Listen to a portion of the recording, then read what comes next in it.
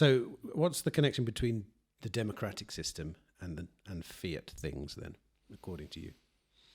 To be honest, I don't feel particularly strongly about this, but I appreciate what the arguments are and that a lot of Bitcoiners do.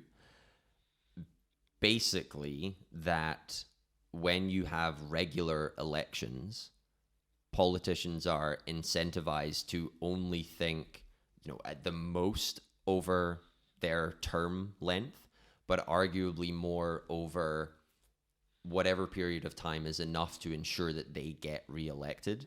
So that's, on the one hand, the governance model is skewed towards shorter term thinking. But also, I think where it gets really insidious is the extent to which that reflexively influences the culture being governed in the first place. In that, if people are, if it's, popular democracy in the first place, right? Everybody has a vote.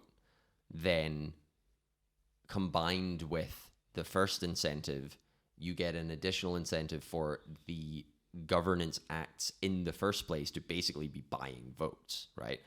To use the power of the state to, at a super high level, I guess, just reallocate or misallocate resources in such a way that is just encouraging the first malincentive.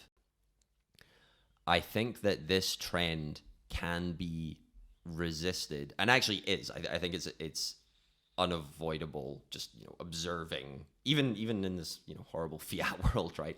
There are still many institutions, and even more broadly than the institutions themselves, culture at large that resist this, right? So not literally every single person's vote is bought for the short-termist reasons.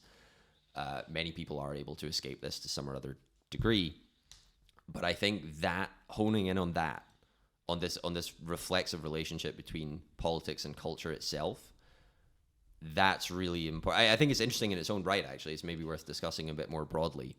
I think the reason I'm a bit more positive than a lot of Bitcoiners, let's say, on this, or people who like Hoppe, basically people who've read Democracy: The God That Failed, which is a very good book, by the way.